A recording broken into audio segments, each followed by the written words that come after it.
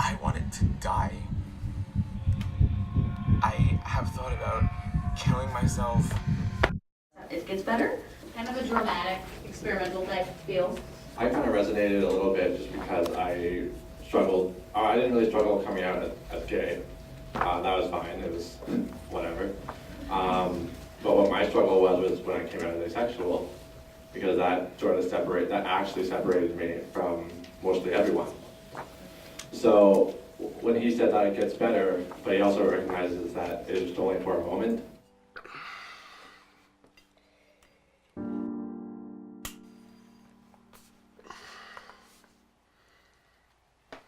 And I think it's important to recognize that, because when I heard that it gets better, I kind of felt pressure that it had to, that I kind of had expectations that it's going to be. And while it did get better for me, the asexuality part came after, came 8 years after the fact that I came out as gay. So when that happened, it wasn't better anymore for me personally. So that's why this film kind of resonated with me a little bit better, just because the way it started off too, the fact that the apartment was hazy, the lamp wasn't on.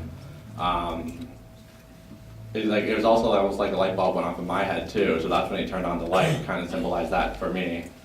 And then he also tried to watch that video, not once but twice, but 3 times, which is like a third time's a charm sort of deal.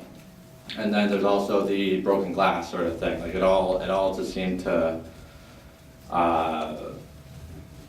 resonate with being broken, being put back together, cleaned up, and then his monologue at the end kind of switched things around for me a little bit, but it all definitely hit something in me, and something that I could relate to by recognizing that it does get better, but it also gets worse.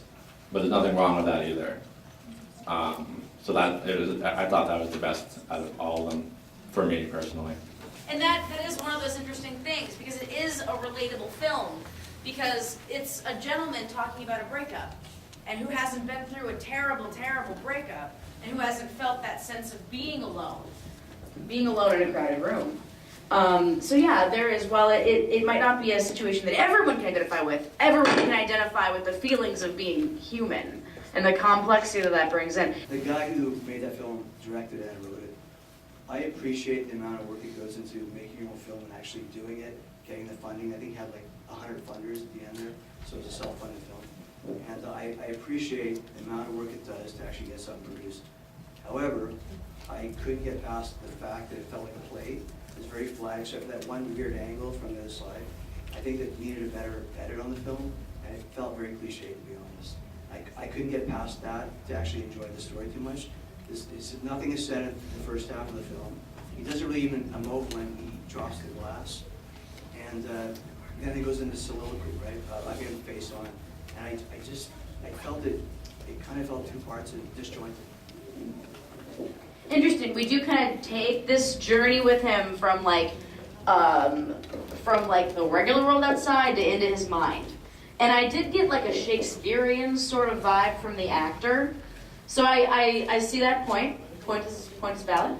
That was my read on it. Like we were kind of like walking into his mind and into his past and through that hazy lens, because he had clearly been drinking. That bottle of wine was empty. And that's where I kind of went with the haziness. I thought that film could have almost served as the sequel to film number 2 in the first, and it would have been cool to have played them back to back.